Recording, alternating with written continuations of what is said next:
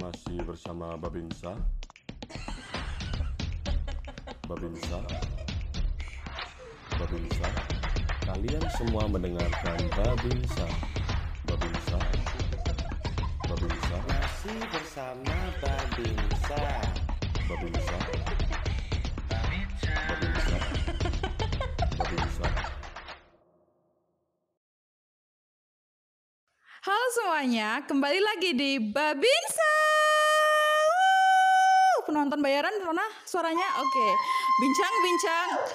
Oke, sudah. Bincang-bincang bersama MBASA. Oke.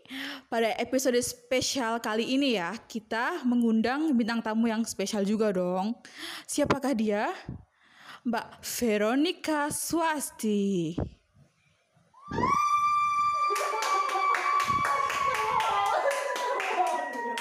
Yeay, kita di sini bersama Mbak Veronica Swasti. Halo, apa kabar Mbak? Baik. Kita belum perkenalan dulu ya ini hostnya ini. Jadi perkenalkan, aku Mona dan yang di situ adalah Syasha. Yeay, hari ini kita mau ngapain nih Mbak Syasha? Hari ini kita mau babinsa seperti yang Mbak Mona bilang, bincang-bincang MBA SA. Ini perdana kita ya Mbak Mona ya? Iya, perdana bersama Mona dan Syasha. Yeay. Halo semuanya, salam kenal. Halo Mbak Mona, halo Mbak Syasa. Halo. Semoga semuanya dalam Halo, keadaan sehat ya. Perkenalkan, nama saya Veronica Swasti, bisa dipanggil Vero. Saya adalah CEO dari MBASA 12.0, angkatan 78, mengambil konsentrasi finance. Gitu aja perkenalannya, nanti masih ada banyak interview, jadi mungkin kenalannya pelan-pelan aja ya teman-teman. Thank you. Yeay, itu dia Mbak Veronica Swasti, CEO dari MBA SA 12.0. Betul banget Mbak Mona. Jadi di sini kita mau ngobrol banyak, istilahnya kupas tuntas tentang Mbak Vero ya nggak Mbak Mona? Betul banget. Takut katanya Mbak Fasya. Siap-siap Mbak Vero, jangan senang dulu. Baik. Pokoknya kita mau kupas tuntas sesuatu yang mungkin teman-teman leaders belum tahu nih tentang Mbak Vero. Oke, lanjut Mbak Mona. Selanjutnya kita mau ngobrol-ngobrol nih tentang Mbak Vero, gimana Mbak Vero jadi CEO, MBASA, dan bisnis-bisnisnya yang pastinya istilahnya apa ya, kalau makhluk Tuhan paling sempurna itu ya Mbak Vero gitu. Fun fact ya ini ya. Jadi, kalau bagi yang belum tahu, Mbak Vero ini adalah CEO dari MBASA 12.0. Kemudian juga mempunyai bisnis. Kemudian juga aduh, aku agak takut ini ngomongnya. IPK-nya berapa Mbak kemarin, semester kemarin? Revolusi industri guys. Revolusi industri 4.0. Gimana sih Mbak cara ngatur waktunya gitu, kok bisa-bisanya udah CEO, kemudian bisnis, tapi IP-nya masih sempurna sekali. Kalau aku sih lebih ke skala prioritas sih. Jadi semuanya tuh, kalau aku sih ngerasa gini, kalau mengerjakan sesuatu itu siapa bilang misalnya kayak, oh ya aku bisnis 20%, kuliah 75%, organisasi 5%. Enggak. Aku tuh konsepnya adalah, aku bisnis 100%, kuliah 100%, organisasi juga 100% gitu. Bahwa nggak ada tolak ukurnya gitu loh. Jadi kayak, siapa bilang kamu nggak bisa maksimal ke semuanya gitu. Jadi kalau misalnya aku sih berfokusnya sama, aku udah melakukan yang terbaik, ntar hasilnya kayak gimana tuh ya nanti aja gitu. Jadi aku nggak goal oriented tuh enggak. Maksudnya goal orientednya ke mengikat ke diriku sendiri ya. Tapi kalau tentang nilai ataupun GPA itu IPK itu, kalau aku sih nggak ngoyo gitu teman-teman. Dan apa ya? Kalau aku tadi bilang skala prioritas sama ini bisa mengandalkan orang lain. Kecuali kalau pelajaran ya. Kalau misalnya pelajaran itu aku cenderung untuk belajar sendiri. Tapi kan kalau misalnya organisasi, makanya aku juga punya support system yang baik. Di bisnis pun aku juga punya support system yang baik gitu. Jadi kadang kamu tidak harus melakukan semuanya sendiri dan ngerasa kayak jagoan gitu. Dan yang penting adalah yaitu kamu tahu apa yang bisa kamu lakukan. Kalau misalnya kamu tidak bisa, kamu mendelegasikan tugas itu ke orang lain gitu. Dan it's okay to seek for help kayak gitu. Jadi kayak ya nggak perlu dilakukan semuanya sendiri. Nanti kalau misalnya itu kayak nggak bisa maksimal semuanya gitu. Jadi lebih baik mendelegasikan tugas pelan-pelan satu persatu kayak gitu. Gitu. Mantap Jadi sekali. semuanya total gitu ya Mbak Vero ya. Betul, harus total semuanya. Totalitas tanpa batas. Denger-denger nih ya, Mbak Vero itu punya rules 12 jam. Nah, coba dijelasin itu. 12 jam apa? Kemarin baru kita ngobrol Mbak, ya Allah, katanya jadi tuh Mbak Vero itu ya misalnya diketawain lagi. Jadi misalnya ada tugas deadline-nya jam 7 pagi gitu. Jadi Mbak Vero itu memastikan kalau jam 7 malamnya sebelum hari deadline itu sudah harus selesai. Nah, gimana itu Mbak? Itu idealnya ya, tapi realitanya kan kadang juga ya namanya mahasiswa ya, I feel you too guys gitu. Kayak juga kadang deadline jam 7 baru selesai jam 2 malam gitu. Kan kadang ada sesuatu yang kayak aduh gila jenuh banget pengen keluar gitu. Ya udah kayak gitu aja, dan menurutku itu akan jauh lebih efektif daripada aku di depan komputer aku jenuh tapi aku nggak ngelakuin apa-apa gitu. Jadi itu Yes. I'm being unproductive. Ya, maksudnya nggak produktif ya gitu. Jadi kayak ya gitu. Kalau aku sih ya itu idealnya memang konsep 12 jam itu. Cuman secara realitanya aku berusaha, itu komitmenku ya, tapi kan along the way bakal nggak terlalu gampang juga untuk achieve itu. Jadi ya aku punya target kayak gitu. Cuman kalau misalnya tidak bisa dilakukan ya at least aku bisa submit aja gitu, mau 10 menit sebelumnya juga nggak apa-apa gitu. Yang penting nggak lewat deadline gitu. Mantep banget nggak sih nih Mbak Syasha? Kayak ini kayak bentuk self love gitu nggak sih? Karena iya kan, karena aku bertanggung jawab nih sebagai CEO, terus aku jadi melupakan diriku sebagai Veronica gitu. Ternyata enggak gitu, Mbak Vero tuh masih tetap memprioritaskan dirinya sendiri. Wah, itu bisa banget jadi tiru banget. Mulai sekarang aja yuk kita kayak gitu yuk. Ya udah kita tutup aja, aku mau ngerjain tugas gimana ya Mbak? Boleh? Yuk, Enggak begitu. Bicara tentang tagline Mbak Vero kemarin ya, embracing inclusivity. Nah itu gimana sih Mbak Vero maksudnya secara apanya ya, secara ringkasnya itu gimana gitu intinya dari embracing inclusivity? Oke, jadi kalau secara gampang ya, secara mudah, sebenarnya gini, kan kita tahu ya, Lanjut saja nggak apa-apa Mbak. MBASA itu kan badan eksekutif mahasiswa. Tapi aku tuh pengen itu adalah badan eksekutif yang bukan eksklusif, tapi inklusif gitu, dimana kita tuh bisa merangkul semuanya dan juga bisa apa ya? Aku tuh harus bilang dari pertama bahwa kita semua tuh di sini punya suara yang sama gitu. Jadi jangan sampai tidak ada suara yang tidak didengar, dan juga kalian itu tidak bisa berpendapat di forum ini, di MBSA maupun di klub-klub kayak gitu. Jadi aku juga sebisa mungkin untuk merangkul klub-klub juga, karena itu adalah mereka tuh yang bisa langsung ke mahasiswa kan. Karena kan kalau MBSA kan udah ada organisasinya gitu.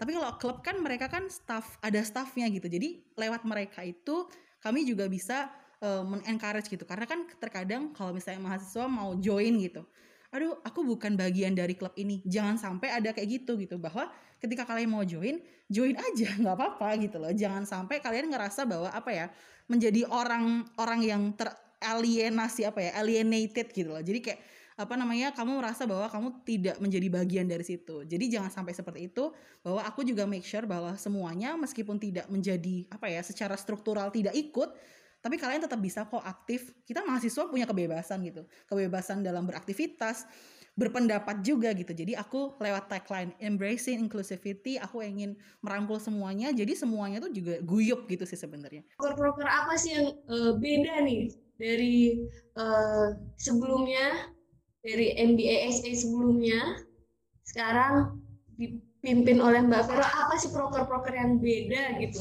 Oke, sebetulnya kebanyakan kan memang ngelanjutin ya. Tapi kalau misalnya aku, maksudnya orang tuh tadi ya, kita kan kepengurusannya cuma 6 bulan gitu. Bahwa ketika kita punya proker yang benar-benar baru itu, jadi takutnya tidak ada legacy dari sebelumnya. Tapi yang bisa kami lakukan adalah ketika proker sebelumnya sudah jalan, yang kita ubah itu ubah sedikit, ada room of improvement, kita jadikan lebih bagus. Kalau misalnya bisa, impact-nya lebih oke gitu. Kayak misalnya sekarang MMSA Care, MBASA Care.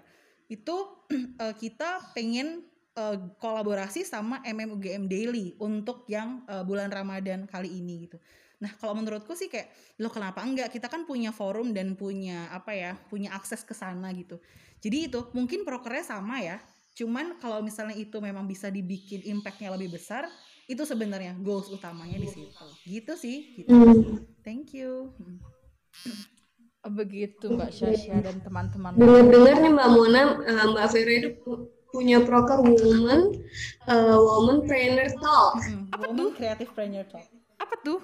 Woman Trainer Talk. Jadi sebenarnya gini, karena kebetulan aku wanita juga ya, bahwa kadang tuh secara society itu kita tuh sebagai wanita kadang tuh dihadapkan pada kita tuh harus memilih gitu loh. Nah kalau menurutku kayak kalau misalnya kamu nggak harus milih, kamu bisa ngelakuin semuanya, kenapa enggak gitu? You as an entrepreneur, as a businesswoman, kamu juga pursue your education, or you as a mom atau yang teman-teman yang sudah mempunyai keluarga, kalian tuh nggak perlu loh, maksudnya kayak ya pasti kan orang punya prioritasnya masing-masing ya. Tapi ketika kalian merasa bahwa kalian mampu untuk melakukan semuanya, kenapa enggak gitu? Jadi karena satu itu aku wanita, yang kedua adalah kan kita sekolah bisnis ya. Jadi memang basicnya adalah entrepreneur kayak gitu.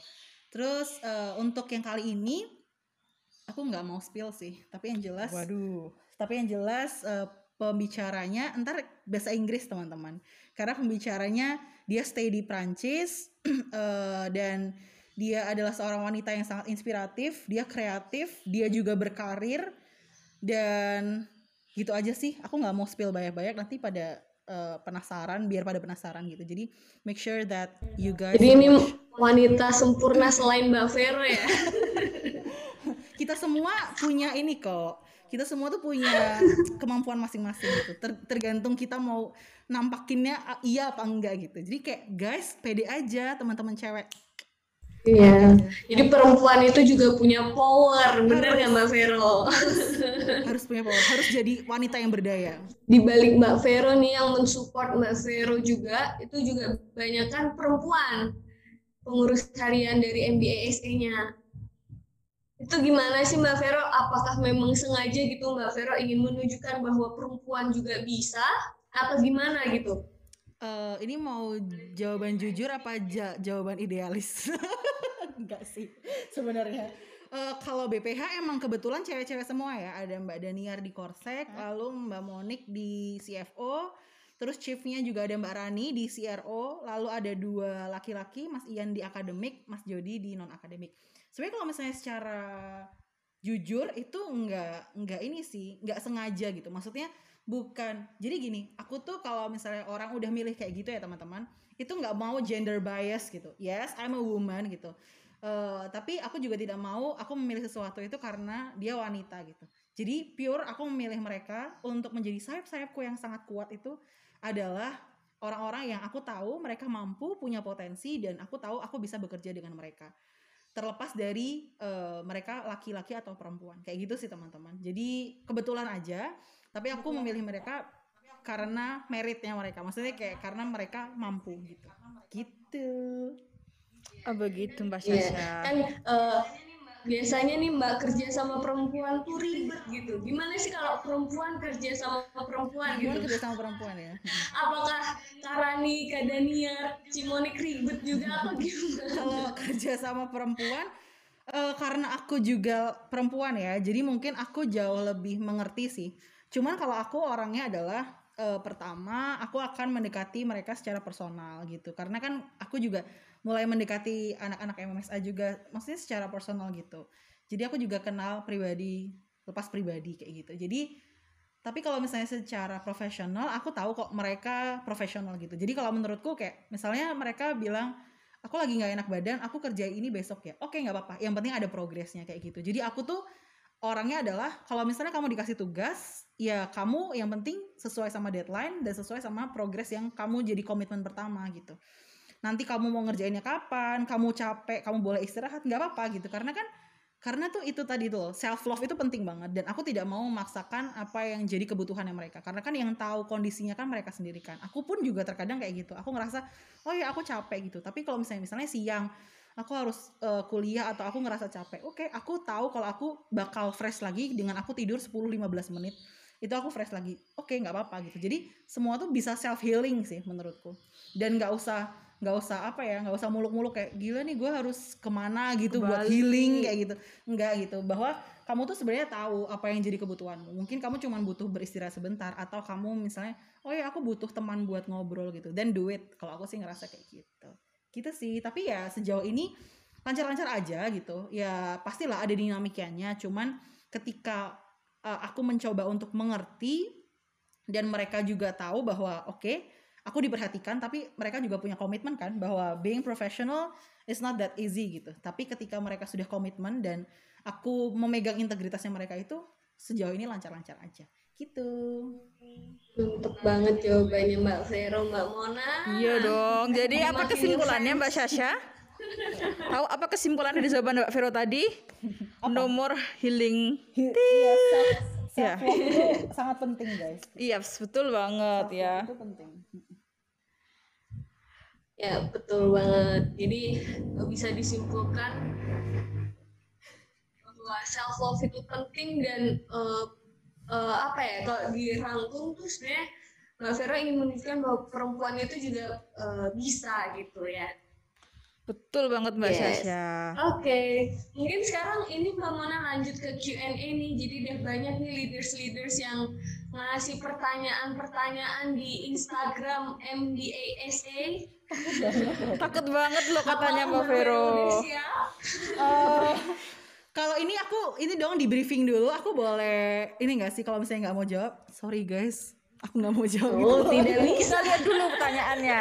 Coba ya kita lihat dulu pertanyaannya. Siapa tahu ada yang agak-agak mendekati jurang, bisa itu yang kita pilih ya. Baik. Aku santai sih gitu. Aku santai. Yuk, lanjut. Oke. Mau siapa dulu nih yang mau tanya nih? Coba dari aku dulu yang di sini ya. Oh, saya agak bingung ini karena masih 1,5 bulan kan ya. Oh, 1 bulan malahan Mbak Vero menjabat. Tapi udah ada yang tanya apa aja keluh kesah selama memimpin MBASA 12.0 Mbak. Kalau aku ya keluh kesahnya. Jujur kurang tidur. Itu aja sih. Kalau misalnya dari teman-teman sih aku ngerasa mereka suportif banget, dan aku ngerasa bahwa teman-teman tuh juga mendukung aku. Jadi thank you guys buat tim MBASA 12.0 gitu. Kalian hebat banget. Udah prokernya juga udah oke gitu, dan aku ngerasa kalian juga dukung aku gitu. Maaf kalau misalnya aku ada kurang, ataupun kadang kalau misalnya memimpin rapat agak galak gitu ya.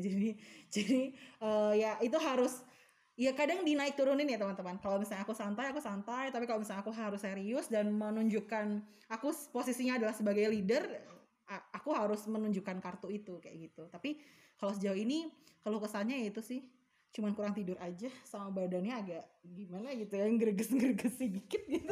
Remaja jombo gitu ya, tipe-tipikal Ya, remaja paling, jombo. iya, paling ya starter packnya ya paling tolak angin, salon pas, fresh care gitu doang sih. Tahun depan jika Mbak Vero ulang tahun itu kadonya ya teman-teman. Oke. Nggak bercanda kok. Nah, masih dalam seputar MBASA 12.0. Ini kita tuh kalau gabung MBASA itu manfaat apa sih yang didapetin selain networking pastinya? Kalau aku sih networking itu nomor 1. Betul. Itu banget teman-teman. Aku nggak ini ya sweet talk ya, tapi aku sudah membuktikan itu. Lalu yang kedua adalah kalau aku sendiri, aku menjadi orang yang jauh lebih efektif dalam memanfaatkan waktuku gitu. Karena kalau misalnya teman-teman sibuk, itu kalian tuh jauh lebih menghargai waktu. Jadi kalian tahu gitu loh bahwa oke, aku harus ngelakuin ini secara efektif, terus aku harus move on ke yang lain gitu. Jadi kalian tidak berlarut-larut pada ini gitu. Dan kalau misalnya kalian sibuk, biasanya itu ya less time to galau-galauan ya gitu. Jadi kayak ya udah fokus hari ini selesai, apa yang bisa disyukuri selesai kayak gitu. Jadi kayak lebih ke situ sih, lebih ke time managementnya lebih bagus. Aku juga menjadi orang yang jauh lebih efektif dan efisien terhadap waktu, dan lebih menghargai waktu. Oke. Ada pertanyaan seru nih Mbak Vero nih. Apa nih? Tipe cowok idaman Mbak Vero kayak gimana sih? Waduh. Jawab. Itu siapa ya nanya ya, mohon maaf. Tolong jaga. Enggak sih. Bagi yang menanya silahkan di chat aja. Siapa yang berani? Kalau aku sih apa ya? Aduh, ini kok aku jawabnya terlalu serius ya? Enggak sih. Jangan malu-malu dong Mbak Vero. Kalau aku tuh yang penting enak diajak ngobrol sih, karena kadang aku tuh kalau misalnya ngobrol lagi, kalau misalnya kayak gini kan ngobrol sama kalian kan kayak aku bisa santai kan, tapi once in a while aku tuh menjadi orang yang sangat complicated, pikiranku tuh sangat complicated kadang, jadi tidak banyak orang yang bisa menghandle apa ya, aku tuh terkadang too much gitu loh buat seseorang gitu, jadi kayak untuk sampai di level dimana aku bisa ngomong dan berbagi cerita itu susah banget gitu. Jadi kalau misalnya aku sudah menemukan orang seperti itu, aku bakal hopelessly romantic gitu. Aduh. Jadi menganut sharing is caring ya Mbak Vero. Iya benar. Karena kadang kayak ya itu maksudnya kayak kan tidak semua orang bisa mendengar cerita dan apa ya menanggapi itu juga susah gitu loh. Kamu posisikan diri sebagai kamu di situ, dia butuh saran atau dia cuma butuh orang buat didengarkan, itu tuh kamu harus bisa peka gitu. Nah untuk cari orang yang peka dan bisa diajak ngobrol sampai deep itu tuh aku susah gitu. Jadi kalau menurutku sih gitu sih kalau kriteria utamaku gitu. Oke. Dan gitu. orangnya baik sama sayang sama keluarga gitu. Karena kalau misalnya sayang sama ibunya sih sebenarnya. Jadi kalau misalnya laki-laki itu sayang sama ibunya, itu pasti nanti sayang sama. Enggak takut saingan, Mbak? Oh enggak. Sama mertua enggak gitu. Karena aku juga bisa merebut hati mama mertua.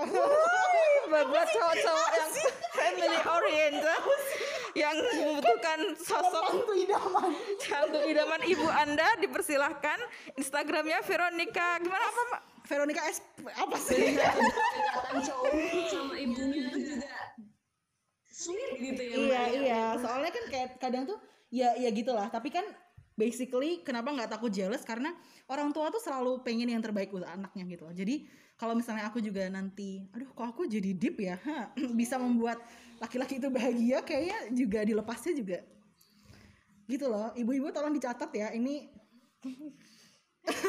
Iya, dari Mbak Vero begitu. Mbak Sasha, ini ada satu pertanyaan yang masih nyambung dan agak pinggir jurang banget ini.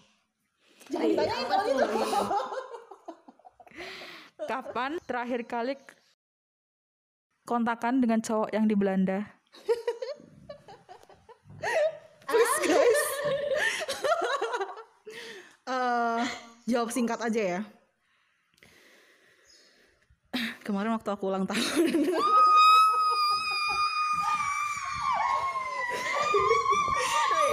Banget gak sih guys?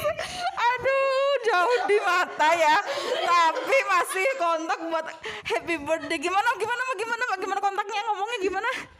Ya pakai bahasa Inggris. Ya happy birthday my love gitu. Enggak pakai my love. Pakai my love. Ya gitulah, itu private ya guys gitu. Tapi ya jelas dia bilang dear siapa, terus kayak happy birthday, I wish you nothing but the best, I hope you find your happiness on the first step of the way, I hope your life be as beautiful as you. Kayak lagunya ini ya, Whitney Houston. Gimana tuh? Nyanyi dong. Next time. Suruh nyanyi. Gitu ya. Too much information. Skip. Oke. Jadi mau tanya lagi, ada pertanyaan lagi nih. Apa sih hal yang paling disukain sama Mbak Vero dan apa yang paling enggak disukain sama Mbak Vero? Dalam hal apa nih? Iya, dalam hal apa ini Kak? General aja gitu. Apa aja? Oh gitu. Aku tuh paling nggak suka sama orang yang tidak menepati janji dan kalau janjian telat, itu satu. Ada Rani di sini, dia menundukkan kepala mengeningkan cinta. Emotional damage. Terus kalau aku itu orang yang nggak tepat, banyak sih sebenarnya. Aku tuh tapi paling nggak bisa sama, aduh kok aku banyak ya, jangan-jangan aku orangnya agak ribet. Kalau aku paling nggak suka sama orang yang tidak menepati waktu, itu berarti orang yang tidak berintegritas gitu. Jadi kayak kamu tuh tidak punya komitmen. Kamu nggak tepat waktu, kamu tidak menepati janji sama orang yang bohong. Jadi kalau misalnya yang paling aku suka adalah orang yang bukan. Aku paling suka dengan orang yang bisa memegang apa yang menjadi komitmennya dia sendiri. Jadi kalau misalnya dia bilang, "Oke, aku bakal kayak gini," dia mengerjakan sesuatu sesuai dengan komitmen dia di awal, kayak gitu sih aku. Jadi kayak itu sih dua hal yang bertolak belakang gitu. Aku paling suka dan paling tidak suka itu. Jadi begitu guys, jangan Jadi kalau sekali-kali untuk- PHP dengan Untuk Mbak cowok Vero. juga Mbak Vero juga kayak gitu ya. Oh Mbak? enggak, aku Tipenya mau seperti itu aku mungkin mau ya, meralat, kurang Deng. Aku paling suka tidur. Aku paling tidak suka belajar, itu aja. Siapa sih yang hobi belajar? Ada yang sesuatu yang salah dengan kalian kalau kalian hobi Tolong belajar. dicatat quote-nya. Siapa sih yang suka belajar? Veronica 2022. Aku nggak suka belajar, aku kalau ditawarin kayak ya udahlah main aja gitu. Main tapi nilainya bagus. Maunya. Q&A terakhir nih Mbak Vero. Gimana nih Kak? Tipe cowok yang nggak disukain sama Mbak Vero dan yang nggak bakal dipacarin tuh yang kayak gimana sih Mbak Vero? Kalau aku nggak suka cowok yang sengak sih. Jadi kayak dia ngerasa ganteng gitu, kayak gila gue ganteng banget gitu. Apaan sih feel gitu. you, I Kayak feel you, Mbak. gitu Emang aja sih kalau dari pertama, karena aku tuh orangnya judgy banget ya, apalagi kalau tentang kalau misalnya sama lawan jenis gitu. Karena kayak aku punya barrier yang tinggi gitu. Jadi kalau misalnya udah kenal atau kalian udah lumayan deket sama aku, ya itu makin lama tuh kayak makin turun gitu barriernya. Cuman ya gitu.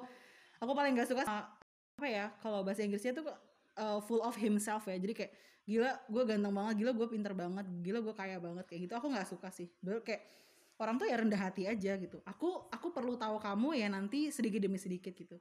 Dan kayak nggak ada surprise-nya nggak sih, ntar kayak di awal kamu udah disclaimer bahwa kamu kayak gini, kan aku juga jadi nggak bisa kenal kamu lebih dekat gitu. Aduh, apa sih ini? Dicatat ya cowok-cowok yang mau mendekati Mbak Vero tetapi masih Cowok-cowok agak yang gimana ngantri di gitu, luar sana, tolong catat. sadar diri gitu. Dengar-dengar banyak tahu Mbak Vero yang ngantri. Oh gitu ya. Aku nggak tahu sih, tapi sejauh ini nggak ada yang ngomong, jadi aku santai aja. Silakan juga yang mau ngantri, tapi nggak tahu ya antriannya ke berapa, bisa sampai antrian ke 1 bisa, tapi bisa juga antrian ke 101 gitu ya. Enggak sebanyak itu sih.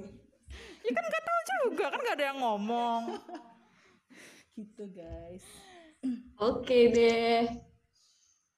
Cukup banyak ya kita ngobrol-ngobrolnya sekarang. Iya ini cukup banyak Oh, banget. Mbak Vero kemarin tuh ada request pertanyaan sih Mbak.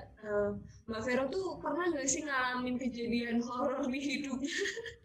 Soalnya ini pertanyaan agak awkward Ini dan horornya nggak horor nyambung gimana nih? kemana-mana. Gak apa-apa ya Horor nih guys, ini kita siang bolong nyeritainnya horor-hororan gitu. Horornya Biar horor lebih akademik, seru. horor beneran. Oh, Kalau horor enggak lah. Masa akademik horor Mbak Vero? Horor akademik Jam adalah 4 dong. ada lift jam 7, kamu bangun jam 7:07. Betul. Terus kamu masuk zoomnya di lock.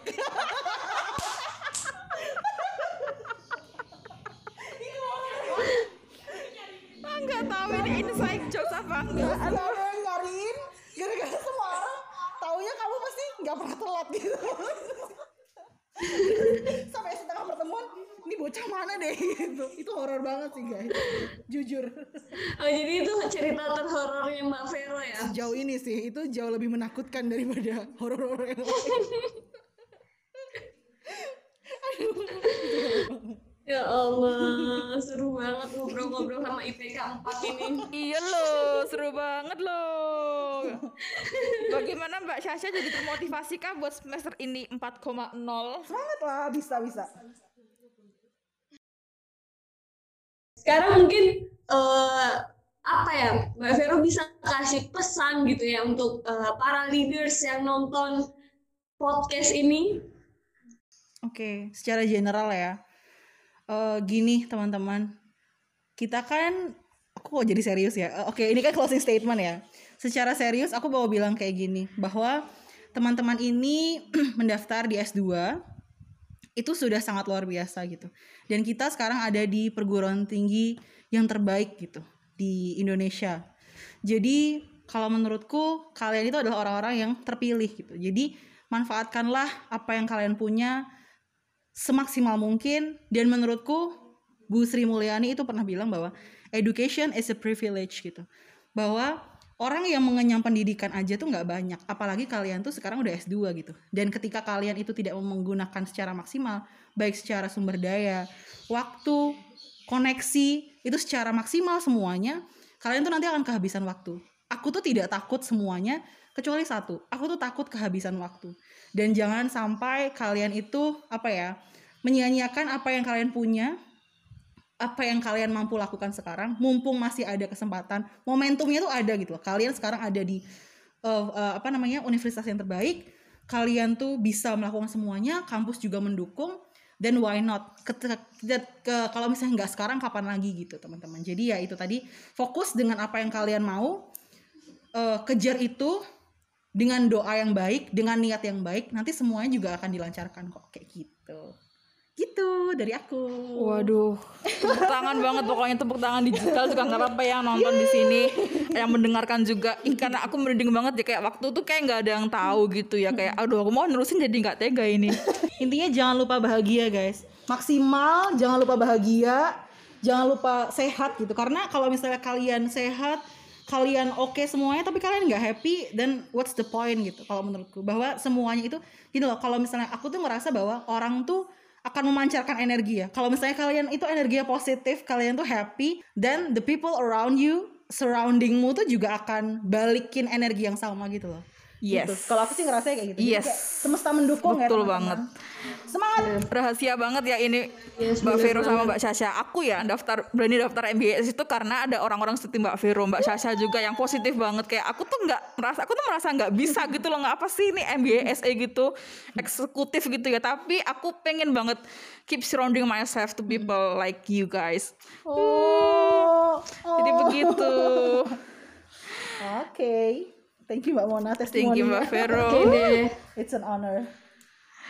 Apalagi kita ya Mbak Sasha ya bisa ngobrol-ngobrol secara eksklusif gitu di rumahnya Mbak Vero. Thank you teman-teman. Ya, jadi banyak banget nih cerita-cerita yang udah di sharing sama Mbak Vero, mulai dari pengalamannya ketika menjadi Mbak CEO, terus tentang caranya membagi waktu, terus kita juga tadi banyak ngobrol tentang cowok, ya kan? Tipe idealnya Mbak Vero seperti apa gitu. Terima kasih Mbak Vero atas kesediaannya di podcast Babinsa. Oke, mungkin sampai jumpa di Babinsa berikutnya ya Mbak Mona ya, dengan bintang tamu Pastinya yang dong. mungkin lebih seru lagi. Bye semua. Bye, sukses semua.